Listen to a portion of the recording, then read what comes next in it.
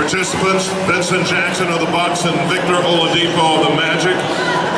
They're going to share some words with you, some thoughts, talk to you a little bit today about why they are here, why they chose this event, the Tampa Bay Youth Sports Expo.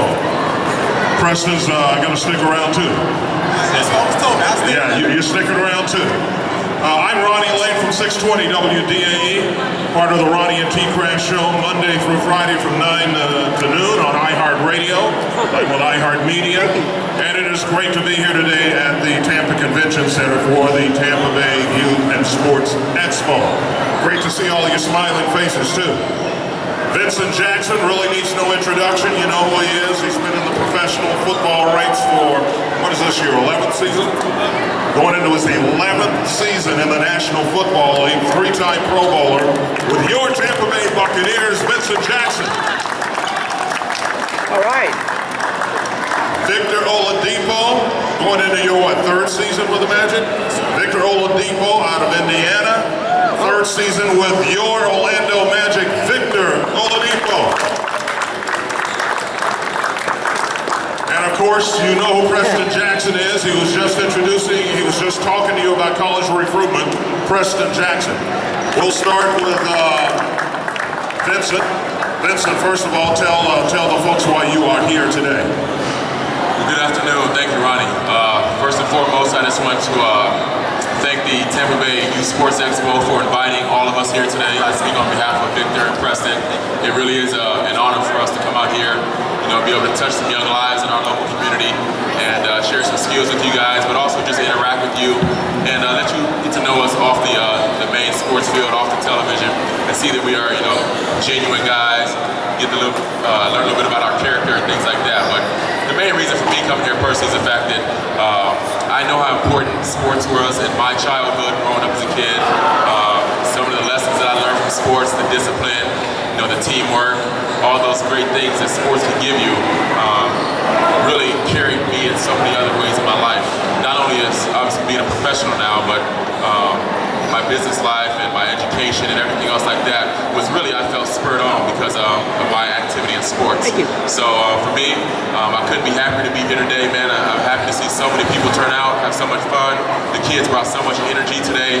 They have a great attitude. Everybody was great listening. They took the coaching, and I really think the guys made some strides today. And looking forward to participating for years to come. Thank you. All right, Vincent Jackson, Victor Oladipo.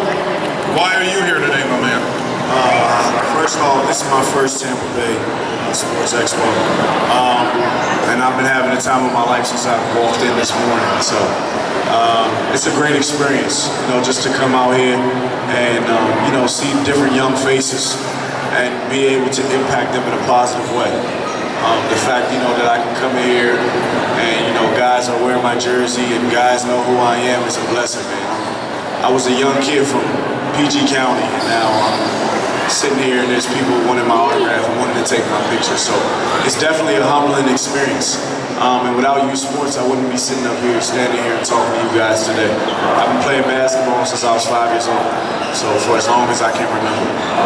And I've been playing basketball just like you guys. I was in these little camps and stuff like that, and I could have been doing anything, literally anything.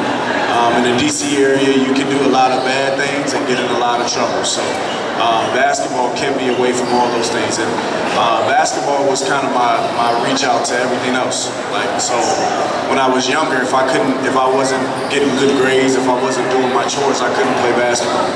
So at the end of the day, youth sports kind of was almost my catapult to get good grades, to do well in school, to be respectful to adults, all that kind of things. Because if I didn't do those things, I couldn't play basketball. So my biggest thing for youth today, and I'm telling young kids, is use basketball as a resource. Everybody has aspirations of playing in the NBA. Everybody has aspirations of playing in the college and in high school. But use basketball as a resource. I got my degree in 3 years.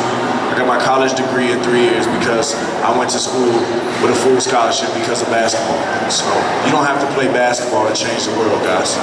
You can be a doctor, you can be a lawyer, you can be anything you want to be. So I'm honored and blessed to be out here and to be around you young guys, and I'm looking forward to getting to know y'all throughout the day. Awesome, Victor Oladipo. So you can use athletics to get to where you want to get to in life. You know, when I was in high school, I had a speech teacher come up to me and I played baseball. And she's like, well, what are you going to do after high school? I go, well, I'm going to college on a baseball scholarship, then I'm going to play pro baseball. She goes, that's all well and good, but do you know that only 1% of high school athletes make it to the level of a Vincent Jackson or Victor Oladipo? So you need to use your opportunity in school to learn about life and to become successful in life. So these two gentlemen have obviously done that. Preston Jackson, pretty much the same course. You're a two-sports star in high school. You excelled in Notre Dame. So why are you here today, Preston? I think the main reason is because I'm a former high school teacher, and the biggest thing is we get a lot of young kids who get a lot of negative publicity. And for them to be able to see these athletes who've done good things in the community, we got young kids who are going to end up filling their shoes, and they'll be up here doing the same thing they're doing. So for me personally, I think it's an educational process. It's a village that we have to raise the young kids. We have to reprogram them to understand that basketball and football are great tools that keep us grounded, they help us compete, they help them grow, and they need to see what you can become if hard work is put into it. But they also need to see what else is out there. So I just appreciate the invitation. I was really waiting on the invitation so I could accept it to be here, and I'm so glad to be here because this is a great thing the Tampa Bay community is doing together with the Bucks and Magic. Absolutely. Victor, I have a question for you. How important is it to be a student first while you're an athlete? It is huge. Like I said, in college, I got my degree in 3 years, and in my family, if I didn't get good grades, I couldn't play basketball. So it's huge. We're student athletes, and I feel like in our era today, I feel like we're overlooked by that. I feel like we're placed in a certain category because I can dribble a basketball, but I'm educated as well. So I feel like when you're an educated athlete, basketball eventually is going to stop. Athletics is eventually going to stop. Football, basketball, baseball, whatever you want to call it, we're eventually not going to be able to play anymore. So what's going to happen after that? So the fact that I have my degree in kinesiology, sports broadcast, and I can go to Indiana, I can go be a sports broadcaster if I want to. I can go, work on a Fortune 500 company if I want to, things like that. So you gotta look further ahead, you know what I mean? You gotta put things into perspective. So I think it's huge in order to get good grades and in order to get your degree and all those kind of things in order to pretty much live in this world. So I'm happy and fortunate that I got mine, and I only got to worry about reading books anymore. I'll pretty much ask Vincent the same thing about growing up in Colorado and going to school in northern Colorado. How important was education to you? It was huge. Kind of echoing what Victor was saying as a youth, my household was the same way. My parents didn't let me go play football or play soccer or play baseball until I took care of my grades. And obviously as you get older and older, you get into middle school, you get into high school, there's certain eligibility requirements of grade point averages that you have to keep. The same works in college as well. So education has always been at the forefront of my life. If there's anything that I've ever tried to come out and touch young lives about, is just like Ronnie said, the sports and stuff is great. It's great for your health. It's great to obviously maybe possibly get an education from it, but in the long run, it all ends, and we all have to have a real profession at some point in time. And so for me, even though I've been playing 11 years, going on, almost 12 years, part of my career, I still got another 30, 40 years to work in my life as a real professional. So which career is obviously greater and more important to me? That career after sports. So I just can't think back and thank my parents enough for the way that they put education before anything else in my life, and it really helped me shape my goals and my passions, not only for the sport, but it really helped me when I got to college and beyond, to really create a future for myself and my family. And Preston, sports was an avenue for you to go to school, obviously, but now that you're done playing, you've used that avenue for your business and life. You have your own business. Talk to us a little bit about that, Preston. Yeah, man, I appreciate it. I'm homegrown, like you said, man. Tampa is home. This is where I'm from, Hillsborough High School grad. And the same convention center is what we play, hoop it up outside, and we play air it out down at the university. So everything around us is part of this community. And it was a big culture shock for me going from Hillsborough High School in Seminole Heights and going to Notre Dame in South Bend, Indiana, which basically you have to have been there to know it even exists. So for being in that environment, understanding that there's more outside of Tampa. All right, there's more outside of the state of Florida.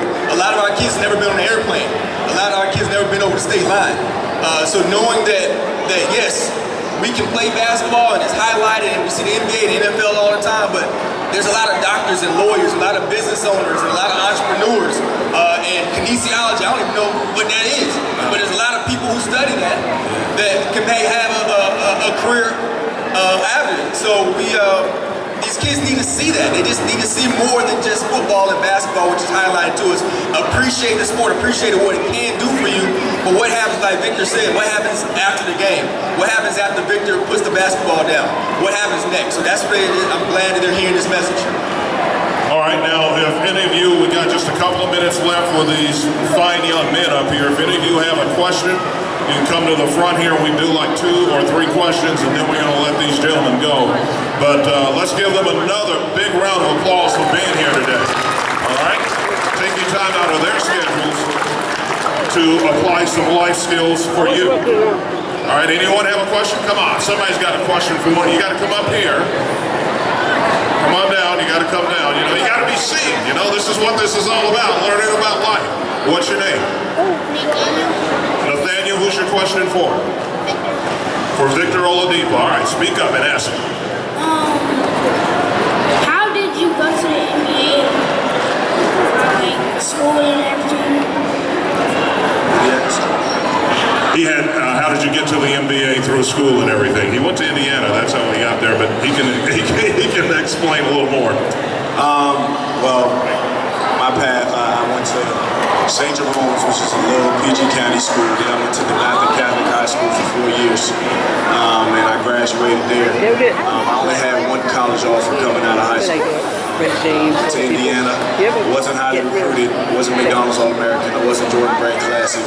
And then when I went to Indiana, I played my first 2 years. I did pretty good. I did all right for myself, but I wasn't one and done. When I first walked on campus, the first thing I told one of the first people, who's one of my good friends right now, Dave Spunk, I told him, come here, I'm gonna work my butt off, I'm gonna go to the NBA after 3 years, and I'm gonna get my degree. He looked at me like I was crazy. And then my junior year, when it happened, I remember driving back to campus. I was like, remember 3 years ago when I told you I would do it?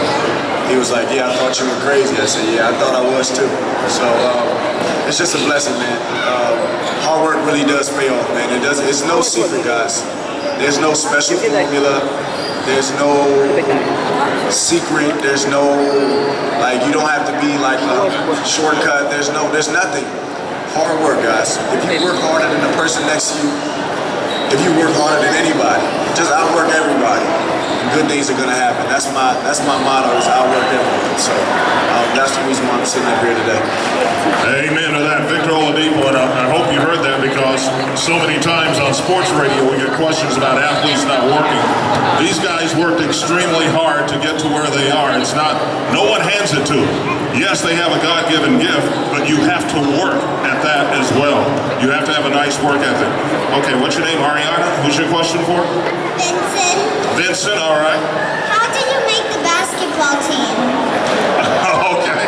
Vincent's a football player. Thank you, Ariana, but I'm sure he played basketball too. I did, actually. I played 2 years of basketball in college. I went to a smaller school. Like Victor, I wasn't highly recruited out of high school. I wasn't a McDonald's All-American. But I was a two-sport athlete for multiple years in college. Football obviously became, my sport that I could excel at, have a chance to play professionally. So I kind of focused on that later in my career in college. And, again, it's just a lot of hard work.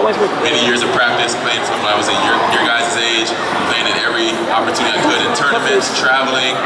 Obviously having a great family and support around me that would take me and, help me get in these tournaments and help me, compete at a level that, I wouldn't be able to probably get in my local neighborhood. So takes a village, like Preston said, and you know, hopefully you guys have those tools around you.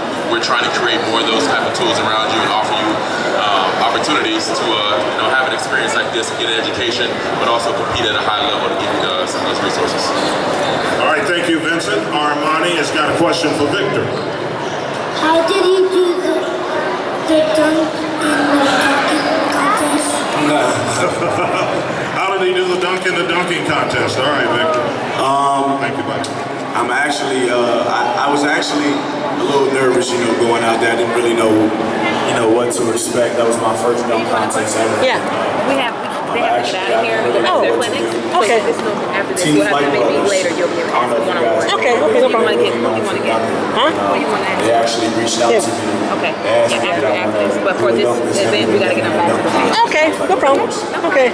But we can. What time? I What time? actually didn't make the dunk until that day. Victor's here till 1 That was o'clock. my first We time have- making it, Okay. so I'll pull it was kind of a Okay, no problem. whirlwind for me, but it was pretty cool. So it's an experience that I'll never forget, first and foremost. It was just an honor and a blessing to be there.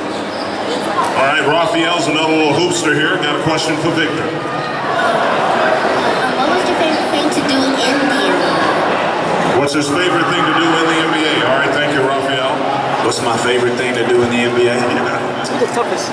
Well, as a player in the NBA, my favorite thing to do is probably win on the road. So right now we're not doing a lot of that. So we need to change the pace. So but there's better years to come. We're a young group and we're getting better. So I just got to continue to keep getting better so I can continue to keep helping my team win games.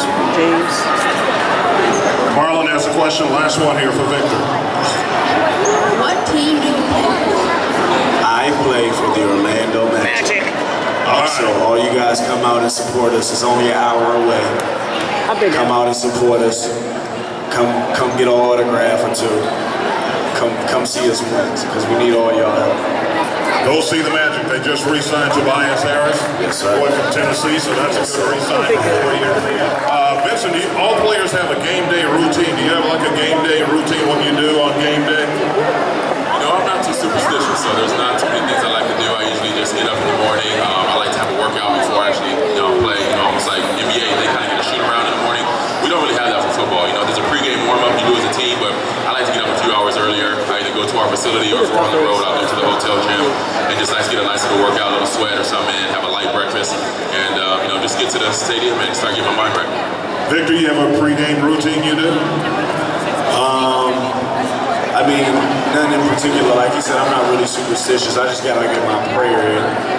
And thank the man upstairs before and after the game. So those are my biggest things. If I don't get a prayer in, then I can't really go out there and play. So I think those are the biggest things for me. And Preston, just a quick word on how important nutrition is for athletes. Highly important. You don't put 87 gas in a Lamborghini. You put 87 gas in a Lamborghini, the engine gonna shut down on you. So the best fuel for your body is what's healthy for you. Don't put that McDonald's and all that crap in your body. Make sure you eat right, so you perform right, man. That's the best way to put it. All right, let's give it up again one more time for Preston, Victor, and Vincent. Thanks, guys.